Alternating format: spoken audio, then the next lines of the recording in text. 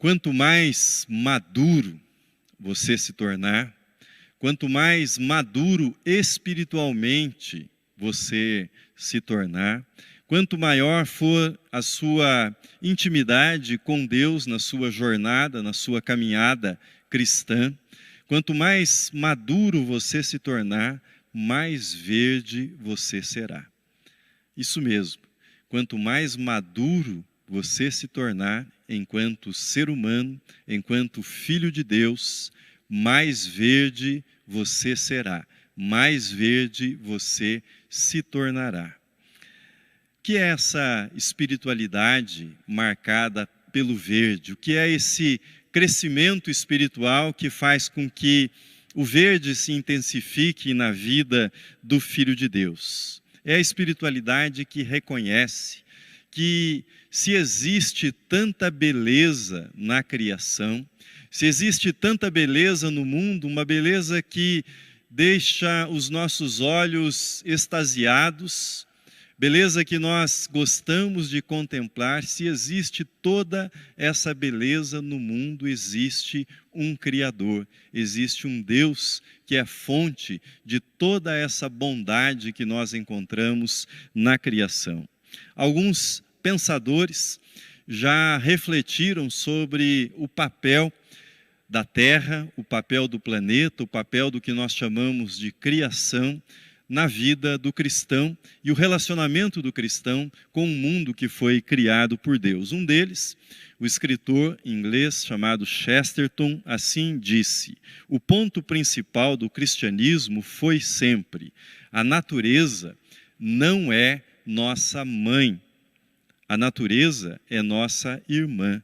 Podemos nos orgulhar de sua beleza, uma vez que temos o mesmo Pai. Somos irmãos da natureza e temos Deus como o nosso Pai. Francisco de Assis dizia: a natureza é uma irmã mais nova, pequena, dançante, com quem se ri e a quem se ama. E um escritor contemporâneo, cristão, norte-americano, chamado Brian McLaren, ele toma esses dois pensamentos e arremata dizendo: siga o exemplo de Francisco de Assis e Chesterton e você não irá vender a sua irmãzinha. Você buscará desfrutar da sua amizade, a acalentará, a protegerá, a encorajará, a fim de que ela se torne tudo que pode ser. Nessa perspectiva, uma espiritualidade verde é uma espiritualidade do solo, da terra, que reconhece o nosso lugar nesse mundo, a nossa participação como criaturas de Deus, como seres que vivem nesse mundo que foi criado por Deus. Isso aparece na língua hebraica, aparece no latim. Por exemplo, no hebraico, o primeiro homem é chamado de Adão, em hebraico, Adam. A palavra terra, solo, em hebraico é Adamá, que tem a mesma raiz, ou seja, a mesma palavra, indicando que o primeiro homem é parte do solo, é parte da terra, é parte do próprio mundo criado por Deus. Na língua latina, homem é homo e solo é humus. Também, na língua latina, a raiz é a mesma para as duas palavras, para designar os humanos, a espécie humana, e para designar o solo, para designar o lugar, a palavra humus. Seja em hebraico, seja em latim, a mensagem é muito clara: nós não podemos nos separar, nos desligar da natureza, da criação, como se nós não pertencêssemos a ela, como se nós existíssemos sem ela, como se nós estivéssemos nesse mundo, flutuando nele, sem qualquer ligação mais forte com o solo, com aquilo que existe. Tu és pó e ao pó tornarás. É a declaração dada por Deus que também aponta nessa direção. Nós pertencemos a esse solo, nós pertencemos a essa terra, este é o nosso lugar. Uma espiritualidade que leva em consideração a terra, que leva em consideração o verde, é aquela que reconhece que a terra não é algo separado de nós. Portanto, tudo aquilo que nós fazemos à terra, ao planeta, à vida que existe nesse planeta, diz respeito à nossa própria vida e também nos alcança, também nos afeta, também nos atinge. Portanto, quando a terra é profanada, quando a terra é agredida, quando a terra é explorada, é a própria espécie humana que está sendo agredida, é a própria espécie humana que está sendo profanada na sua sacralidade, que vem das mãos do próprio Criador. Quando nós matamos os animais, quando nós extinguimos as espécies, quando nós poluímos os nossos rios, quando nós queimamos as nossas florestas, o que nós estamos fazendo é destruindo a nós mesmos, porque nós pertencemos a esse mundo criado pelo próprio Deus. Mas a espiritualidade verde reconhece não apenas esse pertencimento, mas reconhece que nós não estamos sozinhos. Nós não estamos sozinhos nesse esplendoroso jardim que foi criado por Deus e nos foi dado, nos foi presenteado para que nós pudéssemos cuidar do jardim e pudéssemos usufruir do jardim para a manutenção da nossa vida e também para a nossa contemplação, para a nossa felicidade. É impossível não observar que muitos que professam, muitos que se dizem amantes da natureza, defensores do planeta, não gostam de outras pessoas, não gostam dos seres humanos e às vezes até detestam a presença humana. Muitos amantes de cães, amantes de gatos, amantes de plantas, querem ficar longe dos outros seres humanos e das complicações que acompanham os seres humanos e acompanham os relacionamentos humanos. Sem dúvida alguma, é mais fácil louvar a Deus pelas cachoeiras, louvar a Deus pelas araucárias, pelos pássaros, pelos ipês, por toda a beleza que existe no mundo que foi criado por Deus, do que reconhecer que Deus também é o Criador daquele vizinho mal-humorado que você tem, ou daquela pessoa mal educada que você encontrou no trânsito e que fez alguma grosseria para você quando você estava no trânsito. É muito mais fácil reconhecer os sinais de Deus, as digitais de Deus em toda a beleza da criação, do que nos próprios seres humanos, principalmente quando eles agem de forma agressiva, de forma que machuca, que magoa outros seres humanos. Eugene Peterson, no seu comentário sobre o Gênesis, ele faz a seguinte observação: o Gênesis, o livro do Gênesis, a narrativa do Gênesis não permite que nós separemos os seres humanos do restante da criação. Homens e mulheres foram colocados no jardim e a criação e os seres humanos são inseparáveis. Nós não podemos separá-los dos rios, das árvores, dos animais, dos pássaros. Essa é a mensagem do Gênesis, diz ele.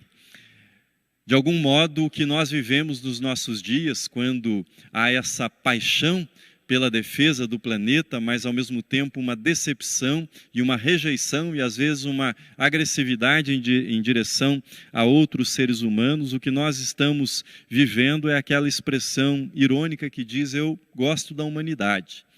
Nós diríamos: eu gosto do planeta, o que eu não suporto são as pessoas, o que eu detesto são esses habitantes humanos do planeta. Eu amo o jardim, mas eu não gosto dos habitantes humanos que dividem o jardim comigo. José Saramago, escritor, ele, no seu livro Ensaio sobre a Cegueira, conta uma história que foi transformada num filme dirigido por Fernando Meirelles, o premiado cineasta brasileiro. E a história que ele conta nesse livro é a seguinte: os moradores de uma cidade foram acometidos de uma cegueira repentina. Num certo dia, Um personagem está num cruzamento qualquer da cidade e ele percebe que ele não consegue mais distinguir no semáforo as cores. Ele não consegue distinguir o vermelho, o amarelo, o verde. E ele fica ali perdido, desorientado naquele semáforo. A cegueira se espalha rapidamente, contagia toda a população. Boa parte da história se passa dentro de um hospício para onde são levados os moradores daquela cidade que estão acometidos por essa enfermidade, e eles foram colocados nesse hospício para cumprir uma espécie de quarentena.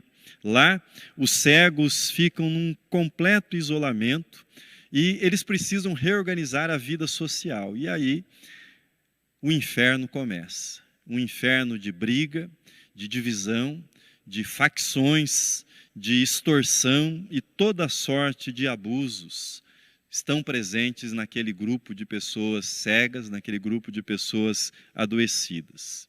É curioso que José Saramago, já falecido, era um ateu declarado. Sempre dizia nas suas entrevistas que era ateu, mas ele conseguiu, a meu ver pelo menos, construir uma das metáforas mais poderosas dos tempos recentes sobre a condição da humanidade, sobre a condição espiritual dos seres humanos. E ele construiu essa metáfora por meio da cegueira.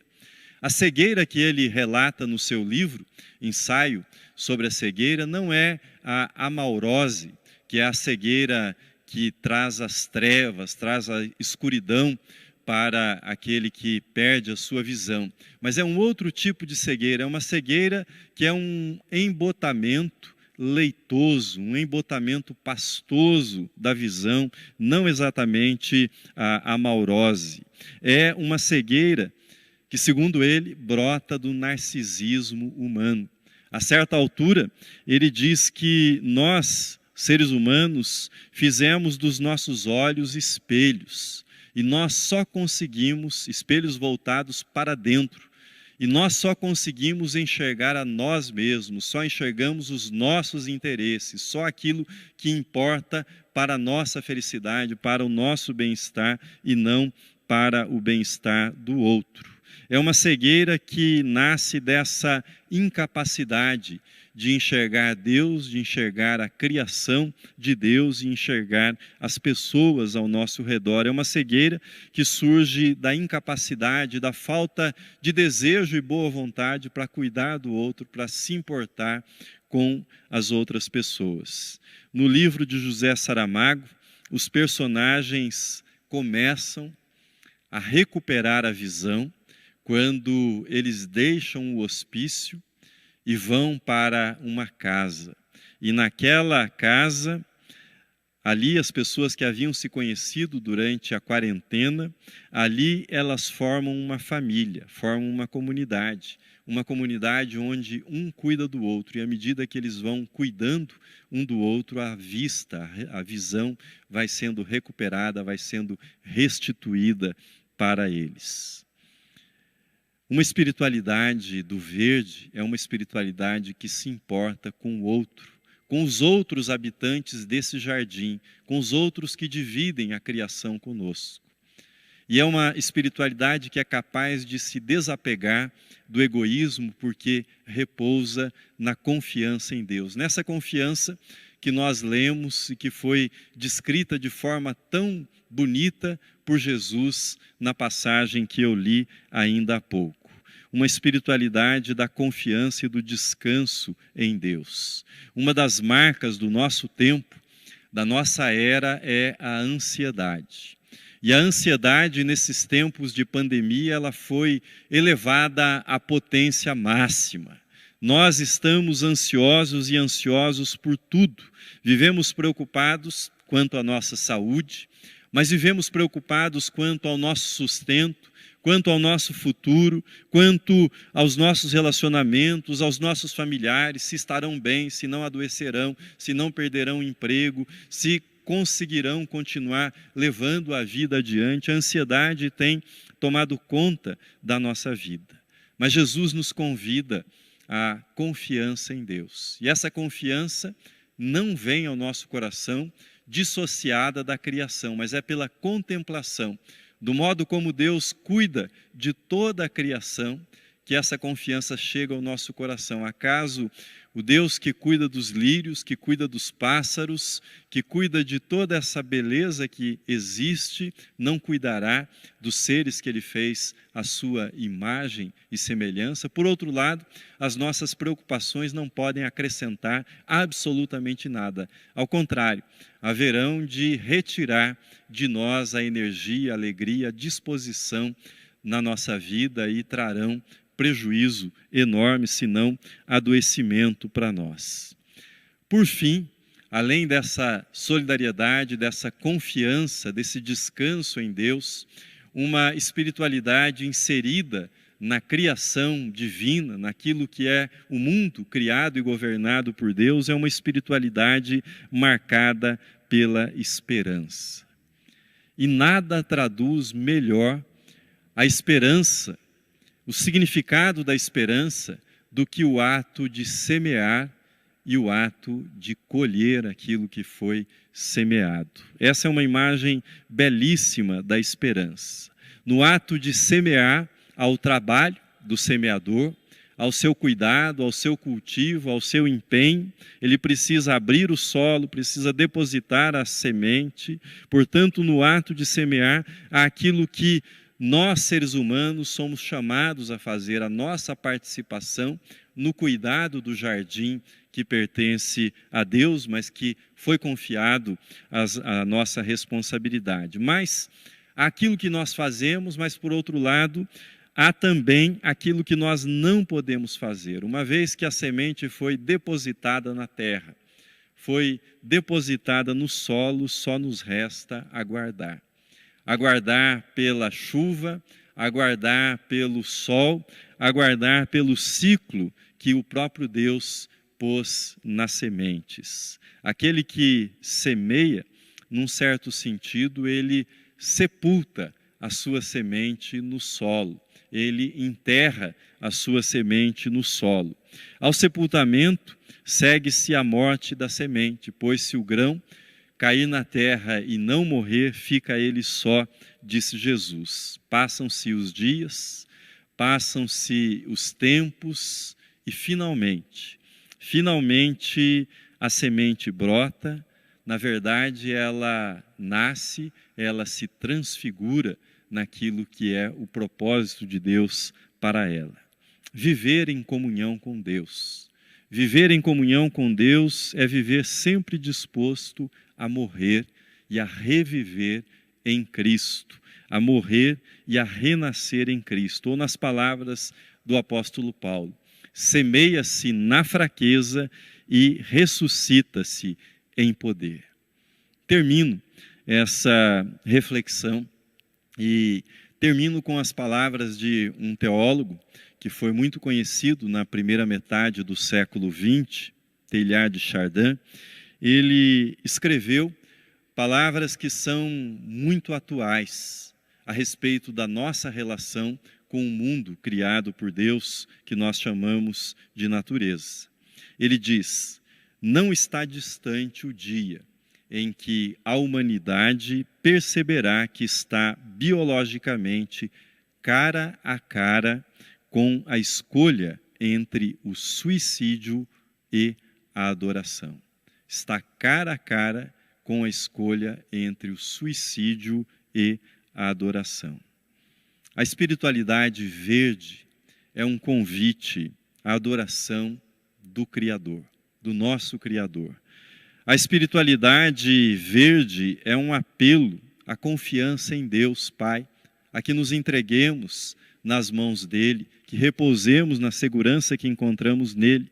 A espiritualidade verde é um aceno para um convívio fraterno, solidário, com aqueles que habitam esse jardim, que é o mundo criado por Deus. A espiritualidade do verde é um chamado à humildade. Tu és pó e ao pó retornarás. A espiritualidade do verde é um convite para que o ato humano de amadurecer, o ato humano de instalar-se, de crescer nesse mundo, não represente um desencanto, um mergulho no cinismo, um desencanto em relação ao mundo criado por Deus e à humanidade que foi criada por Deus, que não represente um ato de desesperança, mas represente em nós uma capacidade que sempre se renova de maravilhar-se diante daquilo que foi criado por Deus, de reconhecer a bênção de Deus, a mão de Deus na vida, uma vida que não cessa de renovar-se, uma vida que brota em múltiplas cores, múltiplas formas, todos os dias e em todos os lugares.